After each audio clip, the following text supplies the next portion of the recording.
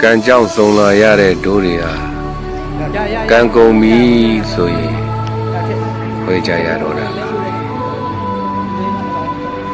ဘလောက်ပဲချစ်ခင်ပါတယ်ဘလောက်ပဲမျက်နှိုးပါတယ်ပြောသူနဲ့ကိုနဲ့စုံစည်းဖို့ရန်ရေဇက်ကကုန်ပြီဆိုရင်တနည်းမဟုတ်တနည်းနဲ့ခွဲကြရတော့တာပါပဲလေကြောင်ပဲစုံစည်းခဲ့တဲ့တိမ်တိုက်တွေဟာလေကြောင်ပဲ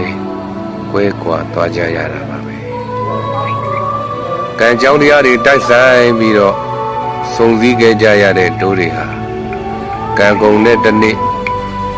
ဖို့ထုံကိုပိုက်ပြီးတော့ကိုခရီးကိုရှေ့ဆက်ကြရမှာပါပဲဒါကြောင့်မသေးခင်ချစ်ပါအသက်ရှင်နေတဲ့ကာလတောတွင်းမှာသူ့ပေါ်မှာကိုပေးနိုင်တဲ့မေတ္တာကရုဏာတွေပေးပါစကားတွေကိုချိုချိုတတ်တတ်ပြောပါမသေးခင်မှာမေတ္တာတရားတွေများများထားပြီးတော့ချစ်ချစ်ခင်ခင်နဲ့မနာလိုဝန်တုံမှုတွေလျှော့ပြီးတော့တဝိရဲ့ဒုက္ခကိုတဝိကဖေးမှကူညီပြီးတော့လူသားဆန်ဆန်နေထိုင်ကြရမယ်အဲဆိုရင်နောင်တလည်းကင်းတာပေါ့ဘဝဆိုတာတူတူလေးရဲ့အလုံးဟာလူပြည်လူလောကကိုအလဲလာကြတဲ့ဧည့်သည်တွေကြီးပါပဲချိန်တန်တော့လဲကိုထုတ်ကိုပိုက်ပြီး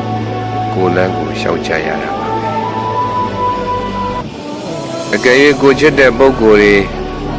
ကိုပေါ်ကျေးဇူးရှိတဲ့ပုဂ္ဂိုလ်တွေကွယ်လွန်နှိမ့်ဆက်ရောက်သွားပြီဆိုလို့ရှိရင်လည်းပဲသူ့ကိုတတိယတိုင်းကောင်းမှုကုသိုလ်တစ်ခုလုံးပြီးတော့ကုသိုလ်ကိုအမြဝေပေးပါဒါဆိုလို့ရှိရင်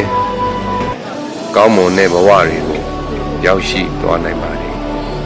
အလုံးပဲတယောက်ရဲ့ဒုက္ခကိုတယောက်ကဖေးမှကူညီနိုင်တော်သူများဖြစ်နိုင်ကြပါစေ